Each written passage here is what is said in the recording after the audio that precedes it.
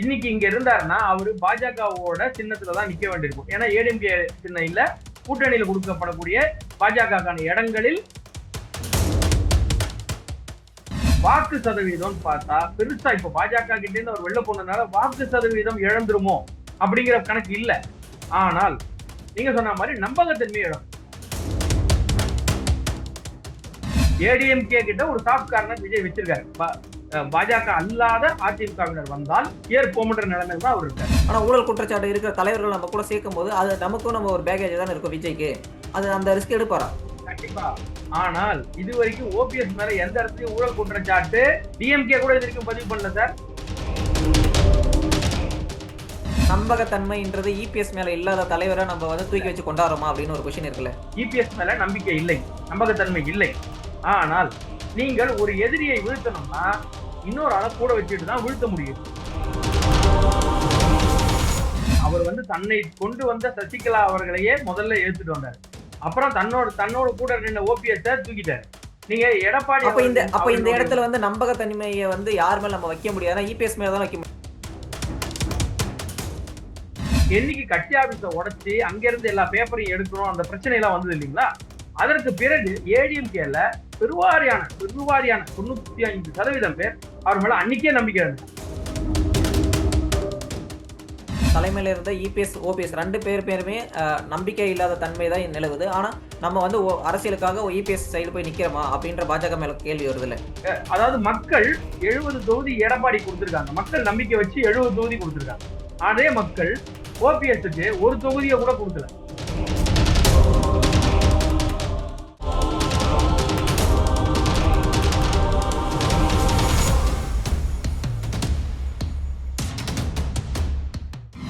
எல்லா பெஞ்ச் நேயர்களுக்கு வணக்கம். இன்னைக்கு நம்ம கூட அரசியல் விமர்சகர் கார்த்திகேயன் சோமேஷ் சார் இருக்காரு. அவர்கிட்ட கேட்க நிறைய கொஸ்டின்ஸ் இருக்கு, வாங்க கேட்போம். வணக்கம் சார். நான் பாஜக இருந்து கூட்டணி பாஜக இந்தியா கூட்டணில இருந்து வெளியே போறேன் அப்படின்னு சொல்லியிருக்காரு, எப்படி பாக்குறீங்க? அதாவது இந்த கூட்டணிக்கான எல்லா விஷயங்களுமே ரெகுலராகவே பேசு பொருளா தான் இருக்கு. ஏன்னா பாஜக அதிமுக கூட்டணிங்கிறது பேசு பொருளா தான் இருக்கு. ஏன்னா அதுக்கான தன்மையும் அப்படிதான் இருக்கு, இல்லைன்னா மறுக்க முடியாது. ஏன்னா ஒரு கம்யூனிகேஷன் சரியா இல்ல, அவங்களுக்குள்ள ஒரு உறவுகள் சரியா இல்லைங்கிறது ஒரு பேசு பொருள் இருக்கு, அது நிதர்சன உண்மை. இப்போ இபிஎஸ் அவர்களே வந்து தனியா சந்திக்க நேரம் கேட்டார் என்றும் அவருக்கு தனியா கொடுக்கலன்னும் அவருக்கு ஒரு பேச்சு இருக்கு. இப்ப அவர் கோச்சிட்டு போயில்ல, அவரோட விஷயங்களை அவங்க எப்படி பேசணுமோ அவங்க தெளிவுபடுத்திருப்பாங்க. சரி, ஓபிஎஸ் அவர்களுக்கு பிரச்சனை என்னன்னு கேட்டீங்கன்னா, அவர் ரொம்ப நாளாவே எந்த ஒரு இடத்துலயும் வெளியில வரல, செய்திகள்லயும் வரல, எந்த ஒரு இடத்துலயும் வரல. எலெக்ஷனுக்கு அப்புறமே தனியா தான் இருக்காரு. ஆனா அவர் வந்து இந்த கூட்டணியில என்டிஏ கூட்டணியில ஒரு அங்கமா தான் இருக்காரு. இப்போ வரைக்கும் இருந்தார். இப்போ இன்னைக்கு கள நிலவரப்படி திரு எடப்பாடி அவர்கள் பல கண்டிஷன் வச்சிருக்கிறதா செய்திகள் டெய்லி போட்டுட்டு இருக்காங்க. அது சார், இந்த இடத்துல என்ன கொஸ்டின் வருதுன்னா, இப்போ வந்து ஒரு நண்பர்களா வந்து இப்போ வந்து 2024ல இபிஎஸ் இல்லாத போது கூட நிறைய வந்து தமிழ்நாட்டுல வந்து நிறைய விமர்சனங்கள் இருந்தாலுமே ஓபிஎஸ் வந்து கூட இருந்தாரு. இப்போ வந்து இபிஎஸ் கிடைச்ச உடனே ஓபிஎஸ் உதறி தள்ளிட்டாங்களோ பிஜேபி அப்படின்ற கொஸ்டின் இருக்குல்ல. பிஜேபி மேல இருக்கிற நம்பகத்தன்மை மேல கொஸ்டின் இருக்குல்ல. இல்ல, அதான் சொல்ல வரேன். இப்போ எடப்பாடி அவர்கள் ஒரு பெரிய கட்சி, தமிழ்நாட்டின் பெரிய கட்சி, திமுக அதிமுக 2. இப்ப அதனுடைய தலைமையில தான் இங்க கூட்டணி வருது. ஆனால் பிஜேபி இது வரைக்கும் எந்த இடத்துலயும் நாங்க ஏடிஎம்கே சொல்றதுனால இவருக்கு தருவோம் தரமாட்டோம், இவரை விலக்கிட்டோம் அந்த பேச்செல்லாம் இது வரைக்கும் வரல. ஆனா முக்கியமான விஷயம் என்னன்னா, இப்ப இபிஎஸ் இங்க வந்ததுனாலதான் ஓபிஎஸ்க்கு நம்ம இடம் இல்லாம வெளியே போறாருன்றதான முக்கியமான ஒரு பேசு பொருளா மாறி இருக்கு. இல்ல, அதுதான் சார், அவர் இன்னும் அதிகாரப்பூர்வமா 2 பேரும் ஏடிஎம்கேவும் அறிவிக்கல, பிஜேபி சொல்ல. அவர் சொல்லிட்டாரு நீங்க வேண்டாம். ஏன்னா அண்ணாமலை அவர்கள் மாற்றப்படும் போது எடப்பாடி அவர்கள் கண்டிஷன் போட்டாரு, மாத்துனாங்கன்னா சொன்னாங்க. சரி, நீங்க சொல்றது கரெக்ட் தான். வந்து அவங்க 2 பேரும் சொல்ல, ஆனா இவங்களோட நடவடிக்கைகள்லாம் பார்க்கும் போதே நம்ம வந்து ஓரம் கட்டுறாங்கன்னு சொல்லிட்டு ஓபிஎஸ் தெரிஞ்சிச்சுல. அப்ப இதுக்கு மேல எப்படி நம்மளுக்கு மரியாதை இடத்துல எப்படி இருப்பாரு? கண்டிப்பா, அததான் சொல்ல வரேன். அவர்கள் அதிகாரப்பூர்வமா அறிவிக்கவில்லை. ஆனால் இவருக்கு ஒரு சந்தேகத்தின் நிழல் இருந்து கொண்டிருக்கிறது. ஏன்னா எடப்பாடி அவர்கள் சொல்லி அண்ணாமலையவே மாத்திட்டதா இங்க செய்திகள் உருவாயிட்டு இருக்கும் போது நம்ம எந்த ஒரு சின்ன ஒரு தானே, முன்னாள் முதல்வரா இருந்தாலும் அவர் ஒரு சின்ன ஒரு அங்கம் தான். ஆனால் இன்னைக்கு இருக்கிற நிலைமையில அவருக்கு அந்த சந்தேகம் வர்றது வாய்ப்பு இருக்கு. சரி, இன்னைக்கு இங்க இருந்தாருன்னா அவரு பாஜகவோட சின்னத்துலதான் நிக்க வேண்டியிருக்கும். ஏன்னா ஏடிஎம்கே சின்னம் இல்ல, கூட்டணியில கொடுக்கப்படக்கூடிய பாஜகக்கான இடங்களில் ஒண்ணுதான் அவருக்கு உள்ளொதுக்கீடு தான் தர முடியும். ஏன்னா எடப்பாடி வந்து அவருக்கு ஒதுக்க மாட்டார், தனியா அவருடைய சின்னத்துக்கு தனியாவோ அவருக்கு ஒரு 4 இடம்னோ ஒதுக்க மாட்டாங்க. பிஜேபியில தான் அவருக்கு இடம் ஒதுக்குவாங்க. உள் ஒதுக்கீடா தான் கிடைக்கும். அத அவர் விரும்பல ஒண்ணு. இன்னொன்னு தொடர்ச்சியா இப்போ வந்து எடப்பாடி அவர்கள் எவ்வளவுதான் வந்து நாங்க இப்படி இருக்கோம், நாங்க கூட்டணிக்கு ஆட்சிக்கு ஒத்துக்கல அப்படின்லாம் சொன்னாலும் பாஜக தொடர்ந்து நாங்க என்டிஏ கூட்டணி தான் அதிமுக, பாஜக சொல்லிக்கிட்டு இருக்கும்போது இவருக்கு ஆட்டோமேட்டிக்காவே நமக்கு முக்கியத்துவம் போயிரும். ஏன்னா இவ்வளவு சொன்ன அப்புறமும் பாஜக வந்து ஏடிஎம்கே கூட தான் நாங்க எடப்பாடி கூட தான் சொல்லும் பொழுது இவருக்கு அந்த பிரச்சனை ஆட்டோமேட்டிக்கா வந்துருது. நம்ம ஒதுக்கப்படுவோம். ஏன்னா இவர் இவ்வளவு தூரம் சொன்ன அப்புறமும் பாஜக அங்க நிக்குதுன்னா ஏதோ ஒரு உடன்படிக்கை இருக்கு. நமக்கான முக்கியத்துவம் இருக்காதுன்னு முடிவு பண்ணிட்டார் ஒண்ணு. ஒண்ணு. சமீபத்துல தமிழ்நாட்டு அரசியலை பொறுத்த மட்டும் விஜய் அவர்கள் எங்க கூட கூட்டணி வரவங்க எல்லாம் வரலான்ற அளவுல இருக்காரு. அவரு சொல்லியிருக்காரு ஏற்கனவே. ஏன்னா சீமான் அவர்களோட போறது முரண்பட்ட கூட்டணி ஏற்கனவே சீமான் அவர்கள் எதிரா நிறைய நின்னுட்டு இருக்காங்க. சோ விஜய் புதுசா வந்திருக்காரு போலாம். இன்னொன்னு திரு ஓபிஎஸ் அவர்களை பொறுத்த மட்டும் வாக்கு சதவீதம் பார்த்தா பெருசா இப்ப பாஜக கிட்ட இருந்து அவர் வெளில போனதுனால வாக்கு சதவீதம் இழந்துருமோ அப்படிங்கிற கணக்கு இல்ல. ஆனால் நீங்க சொன்ன மாதிரி நம்பகத்தன்மை இழக்கும். வாக்கு சதவீதம் இழக்காது, நம்பகத்தன்மை இழக்கும். இத்தனை நாள் கூட இருந்தவர் போயிட்டாரு. இப்போ அவங்களுக்கு திமுக கூட போறதுக்கும் வழி கிடையாது ஓபிஎஸ்க்கு. ஏன்னா திமுக வச்சுக்கிட்டு அதிமுக ஊழல் செய்த கட்சி அப்படின்னு ஓபிஎஸ் கூட வச்சுக்கிட்டு திமுக பேச முடியாது. ஏன்னா இவர் துணை முதல்வர், அந்த நிதியமைச்சர் எல்லாமே இருந்தவர். ஆனா நீங்க சொல்ற மாரி இப்ப வந்து அவங்க கூட்டணிக்கு போக முடியாது. ஆனா இவருக்கு மேல இருக்கிற ஒரு இந்த மாரி இப்ப கூட நம்ம நேரடியா எடுத்துக்கிட்டா, இவரு வந்து நமக்கு வந்து கூட்டணில இடம் இல்லன்னு தெரிஞ்சுச்சு. ஆனா பிரதமர்கிட்ட டைம் கேட்டதோ, இல்ல அதுக்கு பின்னாடி வந்து தமிழ்நாட்டுக்கு அ மத்திய அரசு நிதி குடுக்காம இருக்காங்க அப்படின்னு பேசுறதோ, ஒரு அனுதாபாலயே தம் பக்கம் திருப்பணும் அப்படின்னு சொல்லிட்டு ட்ரை பண்றாரு. அப்படின்னும்போது, இந்த அனுதாப அலைன்ற ஒரு சின்ன பெர்சன்டேஜ் வந்து நம்ப ஏடிஎம்கே, பிஜேபி கூட்டணியோட ஒரு ஒரு வெற்றி வந்து பாதிக்கிறதுக்கான சான்ஸ் இருக்குல்ல. ஏன்னா 2021ல டிடிவியோட ரோல் அதுதான் இருந்துச்சு. கண்டிப்பா சார். அதான் சொன்னேன். இவரு வெளியில வராரு. கூட்டணி விட்டு வந்துட்டாரு. இப்ப அந்த இடத்துல அவருக்கு ஒரு முக்கியத்துவம், விஜய் கூட்டணியில ஒரு முக்கியத்துவமோ, ஏதோ ஒரு கூட்டணி சம்திங். நான் சொல்றது ஒரு கூட்டணியில ஒரு முக்கியத்துவம் ஏதோ ஒரு இடத்துக்கு போறாருன்னா, இவர எப்படி எந்த இதுல கூப்பிடுவாங்க? நீங்க இவ்வளவு நாள் பாஜகல இருந்தீங்க.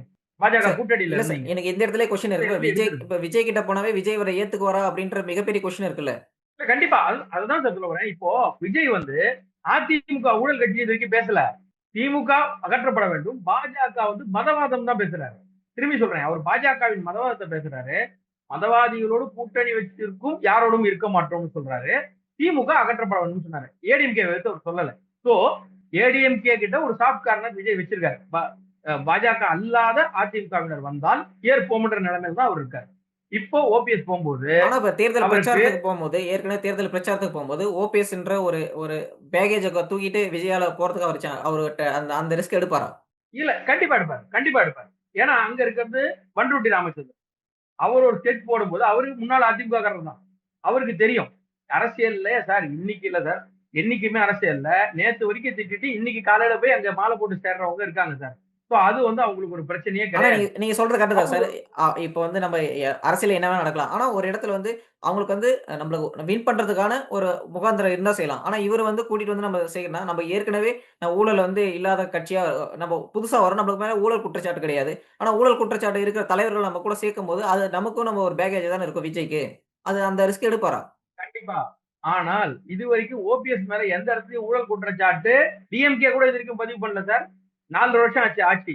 டிஎம்கே எந்த இடத்துலயும் வழக்கு போட்டு அவர் இது வரைக்கும் போய் தண்டனை அதாவது நம்ம இதுல எப்படின்னா குற்றவாளி என்று சொல்லப்பட்டு தண்டனை அறிவிக்கப்பட்ட பின்பு கூட அவர் மேல்கோர்ட்ல போய் ஸ்டே வாங்கிட்டு வந்துட்டு நான் குற்றவாளி கிடையாதுன்னு சொல்றோம். இன்னைக்கும் பாக்குறோம் திமுக பல பேர். இவரை பொறுத்த மட்டும் எந்த இடத்துலயும் இவரு கன்விக்ட் ஆகணும். கன்விக்டட் கிடையாது. ஒண்ணு. மோஸ்ட் ஆஃப் த கேஸஸ் கன்விட் இன்னொன்னு ஆகல சார். ஆனா மக்கள் கிட்ட வந்து இப்ப அதிமுகவுக்கும் ஊழல்ன்ற புகார் இருக்கு. அவரும் ஆட்சியில இருந்தவர் தான். அப்படின்னும்போது இந்த ஊழல்ன்ற பேக்கேஜ் வந்து விஜய்க்கு தானே அதிகமா இருக்கும். அந்த ரிஸ்க் எடுப்பாரான்றது தான் மிகப்பெரிய கொஸ்டினா இருக்கு. கண்டிப்பா எடுப்பாரு சார். அவர் எடுப்பார். ரிஸ்க் எடுக்க தயாரா தான் வந்திருக்காரு. விஜய் ரிஸ்க் எடுக்க தான் தயாரா வந்திருக்காரு சார். அதான் சொல்ல வரேன். பாருங்க ஏடிஎம்கே ஊழல் கட்சின்னு இங்க மக்கள் வந்து ஊழலை ஒரு பெரிதாக எடுத்துக்கல சார். அப்படி இருந்தா திமுக மறுபடியும் வந்திருக்காது. ஏடிஎம்கே போன முறை 70 இடங்கள் திரும்பியும் ஒரு எதிர்க்கட்சி பெருசா வந்து நின்று இருக்காது சார். முக்கியம். இன்னொன்னு இவர் தான் வந்து இப்போ மதவாதத்தை எதிர்த்து பேசுறேன். நான் பாஜகவை எதிர்த்து பேசுறேன்ற ஒரு முகமூடியோடு வெளியில வர்றாரு. வெளியில வராரு. அப்போ உங்களுக்கு ஆட்டோமேட்டிக்கா அந்த ஊழல் ஏடிஎம்கே அது எல்லாமே இங்க மறைந்து போய் பார்த்தீர்களா இவர் மதவாதத்துக்கு எதிராக குரல் கொடுத்து விட்டார். தமிழக நலனுக்கு குரல் கொடுத்து விட்டார். இங்க ஒரு முகமுடி முகமுடி சொல்றேன். விஜய் கண்டிப்பாக இதை ஏற்பார். ஏன்னா அவர் நாம திருப்பி சொல்றேன். அவர் இதுவரைக்கும் ஏடிஎம்கே ஊழல் கட்சி என்று எந்த மேடையிலும் பேசல. செல்வி ஜெயலலிதா அவர்களை அவர் எந்த இடத்திலும் இதுவரைக்கும் அவர் லாஸ்டா இறக்கும் முன்னாடி அந்த அவங்களுக்கு தண்டனை கொடுக்கப்பட்டது A1 என்று சொன்னார்கள். அவர் இறந்து விட்டார். அதனால அவருக்கு இல்லைன்னு சொன்ன போதும் இன்று வரைக்கும் அவர் சசிகலாவை ஊழல் என்று சொல்லவில்லை, ஜெயலலிதாவை ஊழல் என்று சொல்லவில்லை, யாரையுமே விஜய் வந்து ஊழல் என்று சொல்லல. இன்னி வரைக்கும் எந்த இடத்துலையும் திமுக அகற்றப்பட வேண்டும் ஊழல் கட்சினாரு. சோ ஏடிஎம்கேல இருந்து ஒருத்தர் அவர் கூட வந்த கண்டிப்பா அவர் சுமப்பாரு.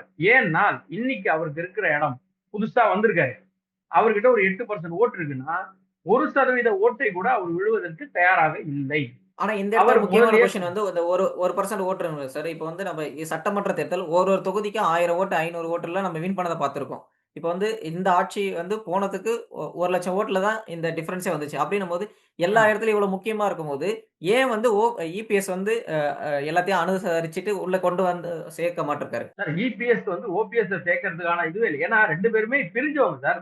சண்டை போட்டுட்டு பிரிஞ்சு வந்தவங்க. அவங்க சேர்றதுக்கான வாய்ப்புங்கிறது என்னைக்குமே வராது. இப்ப நம்ம நீங்க இப்ப நம்ம சப்போஸ் அம்மா இப்ப ஜெயலலிதா அம்மா எடுத்துக்கிட்டா அவங்களும் இந்த மாதிரி உட்கட்சிக்குள்ள சண்டை இருந்தவங்க தான். அவங்க வந்து அவங்க பொசிஷன் வந்த பின்னாடி யாரெல்லாம் சண்டை போட்டாங்களோ அரவணைச்சு கட்சியை வந்து வளர்த்திட்டு போனாங்க. அந்த மாதிரி ஏன் இபிஎஸ் பண்ண மாட்டிருக்காரு? வாய்ப்பில்லை சார். ஏன்னா அவர் வந்து தன்னை கொண்டு வந்த சசிகலா அவர்களையே முதல்ல எடுத்துட்டு வந்தாரு. அப்புறம் தன்னோட கூட நின்ன ஓபிஎஸ் தூக்கிட்டாரு. நீங்க எடப்பாடி அப்ப இந்த அவர்களுடைய இடத்துல வந்து நம்பகத்தன்மைய வந்து யார் மேல நம்ம வைக்க முடியாது. இபிஎஸ் மேல தான் வைக்க முடியாது. ஏன்? ஆனா பாஜக கண்டிப்பா அவர் மேல தான் கண்டிப்பா நம்பிக்கை வச்சு கூட்டணியில இருக்காங்க. கூட்டணி தான் சார் இருக்காங்க. அவர் கட்சியோட செல்ல. அவரு கட்சியில தனக்கு செஞ்சவங்க எல்லாத்தையுமே பண்ணிட்டாரு. ரைட்டு. கிருஷ்ணசாமி அவர்களையே போன முறை தேர்தல்ல சேர்த்துக்க இருந்தவர் கடைசியில சேர்த்துக்கல. போன முறை சேர்த்துக்கல. அதனால கிட்டத்தட்ட நான் சொல்றேன், தமிழ்நாட்டுல 80 தொகுதியில கிருஷ்ணசாமி அவர்களால வெற்றி வாய்ப்பு இவங்களுக்கு பாதிக்கப்படும். ஏன்னா கணிசமான ஓட்டு வச்சிருக்காரு 80 தொகுதியில. அதை முடிவு செய்யக்கூடிய அவரையே வேணாம்னு கட்டி விட்டவர் லாஸ்ட்ல. நான் என்ன சொல்றேன்னா, எடப்பாடி அவர்களை நம்பி பாஜக இந்த இடத்துல ஆட்சியை பிடிச்சிருவோம் நம்மன்னு எடப்பாடி மட்டும்தான் எல்லாரும் வரல. அவங்களுக்கான ஒரு தனி ஸ்ட்ராட்டஜி இருக்கும். ஒரு குறைந்தபட்ச செயல்திறன் வருவாங்க. நீங்க எடப்பாடியை நம்ப எப்படி நம்புறாங்கன்னு கேட்டா, அவர் கூட இருந்த கட்சியில இருக்கிறவங்க எல்லாரையுமே அவர் வந்து மாத்தி பண்றாரு. செங்கோட்டையன் அவர்களா இருக்கட்டும், சண்முகம் அவர்களா இருக்கட்டும், எல்லாருமே ஒரு ஸ்டேஜ்ல அவர் எடுத்தவங்க தான். அதுக்கப்புறம் அவர் வேணுங்கிறவங்களை மட்டும் சேர்த்துக்கிட்டாரு. வேணுங்கிறவங்கள ஆட்சியில இருந்த வரைக்கும் ஓபிஎஸ் அவருக்கு தேவைப்பட்டார். கூடயே இருந்து அவங்களுக்குள்ள இருந்தாங்க. அதுக்கு பிறகு அவங்களுக்குள்ள பிரச்சனை வந்து விலகிட்டாங்க. இப்போ இந்த ஜெயலலிதா அம்மா இருந்த அந்த ஒரு தன்மை எடப்பாடிக்கு நம்ம எதிர்பார்க்க முடியாது. முக்கியம். ஆனா ஒரு முக்கியம். தலைவர் ஒரு தலைவர் வந்து தன்னோட பொசிஷன் வந்து ரொம்ப ஸ்ட்ராங்கா இருக்கு. நம்ம வந்து ரொம்ப ஒரு வலிமையான நம்ம டிசிஷன் எடுக்கிற பொசிஷன்ல இருக்கணும்னு நெனைச்சா, அவர் வந்து மத்தவங்கலாம் வந்து அரவணைச்சுக்குவாரு. நம்ம கொஞ்சம் வீக்கான வரவங்க நம்மளோட ஸ்ட்ராங்கா இருக்காங்கன்னு அவரு ஒரு ஒரு ஒரு பொசிஷன்ல இருந்தா தான், அவரு வந்து ஒரு பயத்திலே இருப்பாரு. இன்னும் இபிஎஸ் பயத்தில இருக்காரோ? சார் ஓபிஎஸ் பொறுத்தவரைக்கும் நீங்க நினைக்க முடியாது. ஏன்னா ஓபிஎஸ் வந்து இபிஎஸ் ஓட பலமா வந்துரல. அவரை விட அதிக வாக்கு சதவீதம் இல்ல. டிடிவி பத்தி கொஸ்டின் கேட்கும்போதும், அது வந்து எதிர்காலத்துல பார்த்துக்கலாம் அப்படின்ற மாரி தானே சொல்றாரு. சோ, கண்டிப்பா. இப்போ ஏன்னா இவங்க உள்ள வந்தா தன்னோட பொசிஷனே வந்து கேள்விக்குறியாகும் அப்படின்ற ஒரு பயத்துல தான் பண்றாரோ? இல்ல சார். இல்ல. ஏன்னா அவங்க வந்து ஏடிஎம்கே உள்ளேயே வரலையே சார். நீங்க புரிஞ்சுக்கணும். நிலைமை புரிஞ்சுக்கணும். அவங்க ஏடிஎம்கே உள்ள வரவே இல்ல. பிஜேபிக்கு தொகுதி கொடுக்க போறாங்க. அதுல உள் ஒதுக்கீடா தான் இவங்க தொகுதி வாங்க போறாங்க. சோ ஏடிஎம்கே உள்ள அவங்க வருவாங்க. இபிஎஸ்க்கு அதனால பாதிப்புங்கிறது இல்ல. சுத்தமா இல்ல. முதல் விஷயம் தெளிவாய்க்கும். அடுத்தது இப்ப இவங்க ஒருவேளை டிடிவி வந்து 2 தொகுதி வாங்கிக்கிறாரு சார். ஜெயிச்சிடறாரு சார். 2மே ஜெயிச்சிடறாரு சார். டிடிவியோட கட்சி 2மே ஜெயிச்சிருது சார். அதனால ஏடிஎம்கேல நாளைக்கு நீங்க வெளில போங்கன்னு எடப்பாடியை சொல்லுவாங்க. வாய்ப்பு இல்லை. அவர் தனி கட்சி வச்சுட்டாரு. தனி கட்சி. ஆல்ரெடி கேஸ் போட்டு வேணாம்னு சொல்லி அதெல்லாம் விட்டு அந்த இதெல்லாம் முடிஞ்சு போச்சு. அவங்க எல்லாம் வெளியில வந்து தனி கட்சி வச்சு அவரோட தலைவர் ஆயிட்டாரு.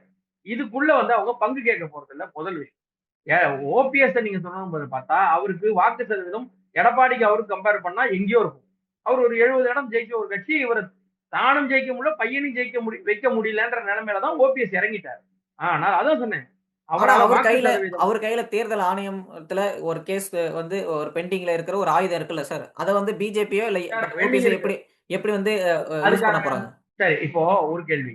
எடப்பாடி அவர்கள் பொதுக்குழு போட்டு தான் தலைவர்ங்கிற போது எல்லாம் மெகாவா எடுத்துட்டாங்க. சரி, இன்னைக்கு ஒரு உதாரணத்துக்கு கேக்குறேன். இன்னைக்கு கோர்ட் வந்து இல்ல ஓபிஎஸ் கிட்ட தான் அந்த சின்னம் கொடுக்கணும் அப்படின்னு சொன்னா, நாளை காலையில அத்தனை பேர் கிளம்பி ஓபிஎஸ் பின்னாடி வந்துருவாங்களா? அவர் நம்பிக்கைக்கு வந்தவரா? வரமாட்டாங்க. அவரு அவங்க கூட இருந்த வரைக்கும் அவர் நல்லா இருந்தாரு. என்னைக்கு கட்சி ஆபீஸ உடைச்சு அங்க இருந்து எல்லா பேப்பரையும் எடுக்கணும் அந்த பிரச்சனை எல்லாம் வந்தது இல்லீங்களா? அதற்கு பிறகு ஏடிஎம்கேல பெருவாரியான 95% பேர் அவர் மேல அன்னைக்கே நம்பிக்கை இருந்தாங்க. அன்னைக்கே அவர் கட்சி ஆபீஸ்க்குள்ள வந்து கண்ணியம் இல்லாம அன்னைக்கு பிரச்சனை நடந்தப்போ. இதற்கு பிறகு ஓபிஎஸ் அவர்கள் எலக்ஷன்ல நின்னாரு. அப்போ அவர் பையன் அப்ப ஜெயிச்சாரா? அதிமுக தலைமையில இருந்த இபிஎஸ், ஓபிஎஸ் 2 பேருமே நம்பிக்கை இல்லாத தன்மை தான் நிலவுது. ஆனா, நம்ம வந்து அரசியலுக்காக இபிஎஸ் சைடு போய் நிக்கிறோமா? அப்படின்ற பாஜக மேல கேள்வி வருதுல்ல. கண்டிப்பா, கண்டிப்பா. நல்ல கேள்வி. அதாவது மக்கள் 70 தொகுதி எடப்பாடி குடுத்திருக்காங்க. மக்கள் நம்பிக்கை வச்சு 70 தொகுதி குடுத்திருக்காங்க. சரிங்களா? அதே மக்கள் ஓபிஎஸ்க்கு ஒரு தொகுதிய கூட குடுக்கல. அவரோட சொந்த தொகுதிய கூட குடுக்கல. அவர் ஆனா பையனே ஜெயிக்கல. ஆனா 2024 எலக்ஷன்ல மக்கள் வந்து கிட்டயே நம்பிக்கை இல்ல. சார் 2024 எலக்ஷன்ல அண்ணாமலையோ இல்ல பிஜேபி என்ன சொன்னாங்க? இபிஎஸ், ஓபிஎஸ் கிட்டயோ இல்ல டிடிவி கிட்ட இருக்கிறது தான் உண்மையான அதிமுக அப்படின்னு பேசுனாங்கல்ல. கண்டிப்பா சார். அரசியலுக்கு பேஸ் தான் சார். நீங்க மேடைக்கு ஏறிட்டு அரசியல்ல வந்து, இல்ல இவங்க வந்து யாரோ ஒருத்தங்க எங்க கூட வந்திருக்காங்கன்னு எப்படி சொல்லுவீங்க? அன்னைக்கு பொசிஷன் ஓபிஎஸ் ஓபிஎஸ் வெளியில வந்து நிக்கிறார். இவங்க கூட வந்து நிக்கிறார். கேஸ் இப்பவும் நீங்க சொன்ன மாரி கேஸ் நடந்துட்டு இருக்கு. இப்பவும் அவர் இல்லன்னுலாம் சொல்லி இல்ல. சார் கடைசி வரைக்கும் நீங்க சொல்லிட்டு இருக்கும்போது இந்த நிலைமையில கூட இபிஎஸ் வந்து பாஜகவ கழட்டி விட்டு விஜய் கூட சேருவார்ன்னு நெறைய பேர் பேசிட்டு தானே இருக்காங்க. அது கூட சான்ஸ் வச்சிருக்காருல்ல. சார் நம்ம திருப்பி சொல்றோமே சார். அரசியலில் எதுவும் நடக்கலாம். அப்படின்னா எதுவும் அப்படின்னா நம்பகத்தன்மைன்றது இபிஎஸ் மேல இல்லாத தலைவர நம்ம வந்து இல்ல. தூக்கி வச்சு கொண்டாடுறோமா அப்படின்னு ஒரு கொஸ்டின் இருக்குல்ல. ஆ சரியான கேள்வி. அதுதான் சார் சொல்ல வந்தேன். ஏடிஎம்கே இபிஎஸ் மேல நம்பிக்கை இல்லை. நம்பகத்தன்மை இல்லை. ஆனால் நீங்கள் ஒரு எதிரியை வீழ்த்தணும்னா, இன்னொரு ஆள கூட வச்சுட்டு தான் வீழ்த்த முடியும். இப்ப திமுகன்ற ஒரு அசுரன் மாபெரும் பெரிய வெற்றியில இருந்து ஆட்சியில இருக்கிற கட்சிய விரட்டணும்னு சொன்னா, நீங்க யார கூட சேர்ப்பீங்க? எதிர்ல இருக்கிற ஒரு ஆள தான் சேர்த்தாகணும். நான் ஒரு உதாரணம் சொல்றேன். திரு வைகோ அவர்கள ஒரு முறை ஏன் இவங்க கூட போய் கூட்டணி வைக்கிறாங்கன்னா, அவரு ஒரு கூட்டணிக்கு போறாரு. அப்ப கேட்கும்போது, உலகத்தையே அழித்த ஹிட்லர் கிட்ட நேதாஜி ஏன் கேட்டாருன்னா, உலகத்தையே அழித்த ஹிட்லர்ட்ட போய் நேதாஜி ஏன் கேட்டாரு? என் நாட்டுக்கு சுதந்திரத்துக்கு ஹெல்ப் பண்ணு. நீ உலகத்தையே அழிச்சுக்கோ. என் நாட்டு சுதந்திரத்துக்கு எனக்கு ஹெல்ப் பண்ணுங்க. அத மாரி வைகோ சொன்னாரு. ஏன் சொன்னாரு? அன்னைக்கு எலக்ஷன்ல ஜெயிக்கிறதுக்கு எதிர தனக்கு ஒரு ஆயுதம் தேவை. தனக்கு ஒரு ஆயுதம் தேவை. சார் நீங்க ஜெயிச்சதுக்கு அப்புறம் அந்த ஆயுதத்த கையிலேயே வச்சிருப்பீங்களா? அதான் சார். உறையில போட்டு நீங்க சொல்றது கரெக்ட் தான் சார். இப்போ வந்து இபிஎஸ்ஸ கண்ட்ரோல் பண்றதுக்கான ஒரு ஆயுதம் வந்து எலக்ஷன் கமிஷன் இருக்கு. அத வந்து நீ தான் எங்க சைடு வந்துட்டல்லப்பா. நம்ம கேஸ முடிச்சு குடுத்துறோம். அத முடிச்சு குடுப்பாங்களா பிஜேபி? இருக்கு சார். பிஜேபி இதுவரைக்கும் எந்த இடத்திலயும் கேஸ்ல எந்த இடத்திலயும் நீதித்துறையில இதுவரைக்கும் தலையிடவில்லை. நல்லா இல்ல நீங்க சார். நீதித்துறை பார்க்கணும். நீங்க பார்த்திருப்பீங்க. நான் எலக்ஷன் கமிஷன கேட்கிறேன் சார். எலக்ஷன் எலக்ஷன் கமிஷன்ல கமிஷன் எலக்ஷன் செப்பரேட் பாடி. யாருக்கு சிம்பிள்னு சொல்லிட்டு ஒரு கேஸ் செப்பரேட் இருக்குல்ல. பாடி. அது செப்பரேட் பாடி. அத அவங்க விசாரணை பண்ணி குடுப்பாங்க. நீங்க பிஜேபி எப்படி அதுக்குள்ள நுழையும்னு எதிர்பார்க்க முடியும்? பிஜேபி அதுக்குள்ள நுழைய முடியாது சார். நுழையணும்னு நினைச்சிருந்தா அதான் சார். முதல்ல வந்து விடுங்க. இப்ப கூட ரீசென்ட்டா ஹியரிங் வந்துச்சு. அப்ப என்ன சொன்னாங்கன்னா, அது அப்பவே முடிச்சிருக்கலாம். ஆனா பீகார் எலக்ஷன்ஸ்க்கு அடுத்து தான் நாங்க விசாரிப்போம் அப்படின்னு சொல்லிட்டாங்கல்ல. அப்படின்னும்போது நம்ம வந்து அந்த எலக்ஷன் கேஸ கமிஷன் வந்து நம்ம லைவா வச்சிருக்கிறதுனால இபிஎஸ்சியும், ஓபிஎஸ்ஸையும் நம்ம கண்ட்ரோல்ல வச்சிருக்கான்னு பிஜேபி நெனைக்கிறாங்களோ? இல்ல. நீங்க தவறா புரிஞ்சுக்கிறீங்க. எலக்ஷன் கமிஷன் அவர்களுக்கு ஒரு பணி இருக்கு. பீகார்ல இந்த தேர்தல்லாம் நடத்தணும். நாங்க அதுக்கப்புறம் ஏன்னா அங்க வரக்கூடியதெல்லாம் பார்க்கணும் இப்ப லைவ்ல. ஏன்னா உங்களுக்கு இன்னும் ஒரு வருஷம் இருக்கு. டைம் இருக்கு. அடுத்த மாசம் கூட இந்த எலக்ஷன் முடிச்சுட்டு உங்களுக்கு அடுத்த மாசம் கூட நான் பார்க்கலாம். அப்படின்னு தான் அவங்க நீங்க இந்த தனிப்பட்ட அமைப்புகள் எல்லாமே அமலாக்கத்துறையா இருக்கட்டும், இடி அந்த சம்பந்தப்பட்ட எல்லாமே இந்த எலக்ஷன் கமிஷன் எல்லாமே இண்டிபெண்டன்ட் பாடி. நீங்க வந்து பாஜக இதுல போய் செஞ்சிருக்கலாமேன்னு நம்ம நினைக்கிறதே தவறான விஷயம். ஏன்னா இதுல ஒன்ஸ் தலையிடுறாங்கன்னு சொன்னா அவங்க இது வரைக்கும் தலையிடுறது நீங்க நல்லா புரிஞ்சுக்கணும். ராமர் கோயில் வழக்கு ஆட்சிக்கு வந்து நினைச்சிருந்தா நீங்க சொல்ற மாதிரி இருந்தா நாளைக்கே தீர்ப்பு கொடுத்துருங்க முடிச்சுக்கலாம்னாங்க. தலையிட்டாங்களா? தலையிடல. நீங்க இதுல தலையிட்டதுன்னு பாத்தீங்கன்னா காங்கிரஸ் எப்ப தலையிட்டுச்சு? எலெக்ஷன் முன்னாடி அறிவிக்காதீங்க தீர்ப்ப, முடிஞ்ச அப்புறம் அறிவிங்க. இது யார் போய் கோர்ட்ல கேட்டது? காங்கிரஸ். பாஜக கேட்கவில்லை. நீங்க நல்லா புரியுங்க. நீதித்துறையில இதுவரைக்கும் எந்த இடத்துலயும் போய் கேட்டு வந்ததில்லை. இப்ப கூட ஜனாதிபதிக்கே கோர்ட் வந்து டைம் கொடுத்து பண்ணும்போது கூட பாஜக வந்து அதுல இறங்கல. ஜனாதிபதி தான் அவருக்கு கேட்கறாங்க ஏன் இப்படிலாம் சொல்றீங்கன்னு. பாஜக அந்த நீதித்துறையில உள்ள இறங்கல. அதனால ஓபிஎஸ் ஓட விஷயத்துல நீதி போய் எலெக்ஷன் கமிஷனை கட்டாயப்படுத்துறது பண்ண மாட்டாங்க. ஆனால் இப்ப அவர் போனதுங்கிறது ஒரு மதிப்பு கொஞ்சம் கம்மி தான். நான் சொன்ன மாதிரி நம்பிக்கை தன்மை கொஞ்சம் குறைவுதான். இல்லைன்னே சொல்லு. குறைவுதான். அதை எப்படி சரி செய்யும்? அவர் சமுதாய வாக்குகள் நிறைய இருக்கு. ஒரு பக்கம் இருந்தாலும் இப்ப நயினார் நாகேந்திரன் இருக்காரு. நயினார் நாகேந்திரன் சார்ந்தவங்க தான். அந்த இதுல இருந்து வந்திருக்காங்க. அவங்களுடைய அந்த வாக்குகள் அங்க இருக்கும். வாக்குகள் அவங்களுக்கு அது கை கொடுக்கும். கண்டிப்பா கை கொடுக்கும். இன்னொன்னு திரு அண்ணாமலை அவர்கள் அந்த கோவை மாவட்டத்தை சார்ந்தவர் அந்த பக்கத்து கொங்கு பெல்ட்டோட வாக்கெல்லாம் இருக்குன்னா எடப்பாடி அவர்கள் அங்கதான் கூட்டணியா போகும்போது கொஞ்சம் வரலாம்னு பார்த்தா இபிஎஸ்க்கு வந்து டிடிவியோட ஓட்டு இருக்கு இல்லையா சார்? அவரும் சமுதாயம் சார்ந்தவர் தானே. ஓபிஎஸ்னால மைனஸ் ஆகக்கூடிய 1% ஓட்டை டிடிவி ஒரு 0.5% ஏத்துறாருன்னு வச்சுக்கோங்க. மீதி இப்ப இருக்கிற திமுகவின் எதிர்ப்பு ஓட்டுல இங்க இருந்து ஒரு பிளஸ் வந்துடும். ஸோ ஏடிஎம்கேவால் சாரி, பன்னீர்செல்வம் ஓபிஎஸ் நீங்க வாக்கு சதவீதத்தை இழக்கப் போவதில்லை. நம்பகத்தன்மையை மட்டுமே இழப்பீர்கள். அதையும் சரி செய்ய காலம் இருக்குது. காலம் இருக்குது. ஏன்னா எலெக்ஷனுக்கு இன்னும் டைம் இருக்கு. நீங்க அக்டோபருக்கு மேலதான் எல்லா கூட்டணியோட ஒரு கிட்டத்தட்ட ஒரு நிலைப்பாடுகள் 50% தான் தெரியும். இன்னைக்கு பாத்தீங்கன்னா தேமுதிக போய் முதல்வரை பார்த்துட்டு நாங்க அவரை உடல்நல விசாரிக்க போகணும்னு சொன்னாங்க. நமக்கு எல்லாருக்குமே தெரியும். உடல்நல விசாரிக்கணும்னா என்னன்னு நமக்கே தெரியும். போனா என்ன பேசுவாங்க. அப்போ அங்கேயும் அவங்க 2 பக்கம் பேச்சுவார்த்தை நடத்துறாங்க. பாமக இன்னமும் அவங்களுக்குள்ளேயே இழுபறியா இருக்கு. அவங்களுக்குள்ளேயே இழுபறியா இருக்கு. இப்போ இவங்க பாமக உள்ள வந்தால் திருமாவளவன் வெளியில போயிடுவாரு. அப்ப அவங்களுக்கு ஒரு மைனஸ் தானே. பாமக ஏற்கனவே ஜெயிக்காம நிக்குதுங்க. ஆனால் விசிக டிஎம்கே கூட சேர்ந்து ஓரளவு ஓட்டு வாங்கி ஜெயிச்சுட்டாங்க. அப்ப விசிக வெளியில போயிடும் அப்படின்னா அது மைனஸ் தானே. சோ கணக்குகள் எல்லாமே அக்டோபருக்கு மேல வரும். ஆனால் ஓபிஎஸ் போனது கண்டிப்பாக ஒரு மதிப்பை சற்று குறைக்கிறதா. அது உண்மை ஒத்துக்கணும். சோ உங்க நேரத்தை நம்பகத்தன்மை ஒதுக்கி குறைத்துதான் வைக்கிறது. உங்க நேரத்தை ஒதுக்கி நிறைய கருத்துக்களை தெரிவித்தமைக்கு ரொம்ப நன்றி சார். நன்றி சார்.